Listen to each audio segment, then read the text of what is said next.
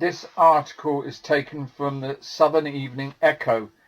It is called Story of 14th Major Port Activities in Southampton, dated the 15th of March 1946. Members of the 14th Major Port obtained their first view of Britain on July the 16th, 1943, when the Cunard liner Aquitania dropped anchor in the Clyde. 3 days later, 11 officers and 54 enlisted men of the port arrived in Southampton. Here they found a small group of United States Army personnel from another port, the 11th, awaiting them, having arrived 11 days earlier. The tiny organization was consolidated under the command of Lieutenant Colonel, then Major, Warren D. Lamport. Officers were billeted in the Polygon Hotel and men in the Ascupart School. First mission of the 14th Major Port was discharging United States Army cargo.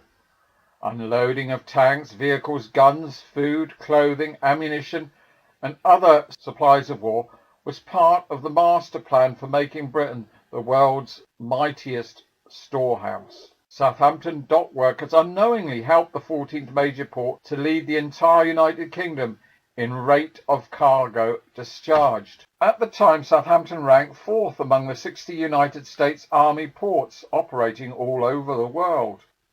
As unloading activities reached higher peaks, more and more American troops were brought in Southampton and attached to the 14th Major Port for duty.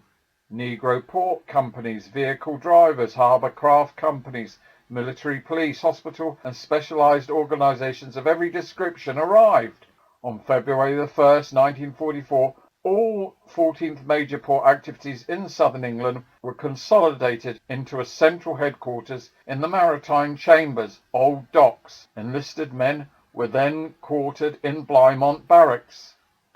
At the time, Colonel Walter D. McCord was port commander. As Allied strategists completed their pattern for D-Day, Southampton was closed to further incoming cargo ships.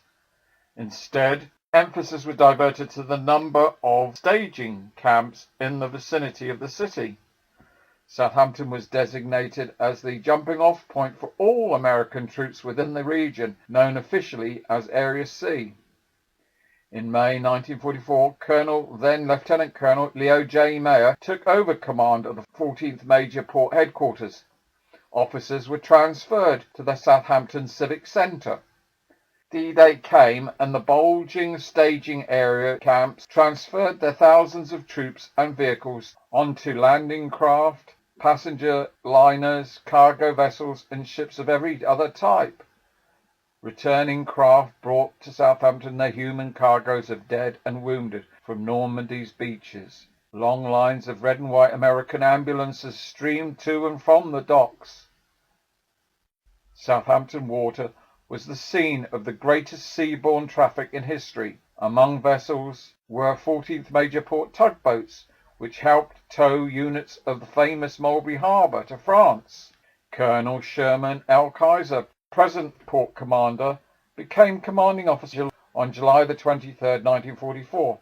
By October, the 14th Major Port had embarked its millionth American soldier to the continent. The second or invasion phase of the port operations dwindled as the United Kingdom became nearly depleted of troops and combat material. Meanwhile, a leave program was inaugurated and thousands of men began seeing the sights of Britain.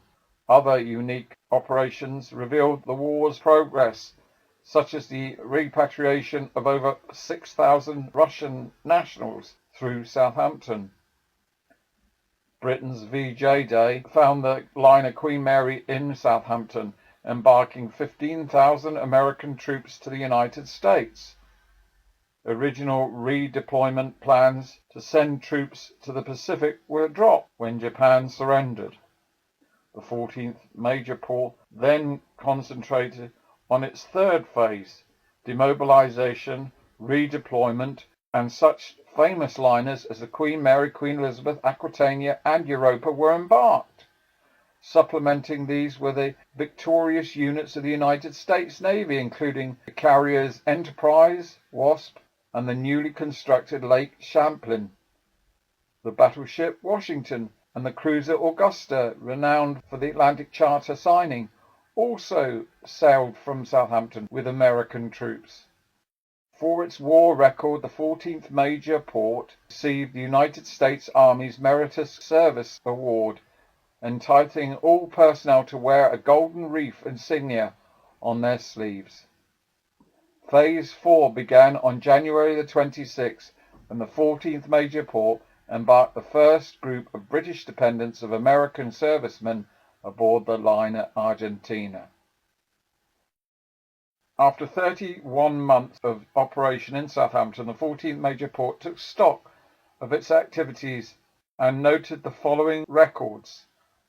Over 3,304,000 personnel either embarked or disembarked.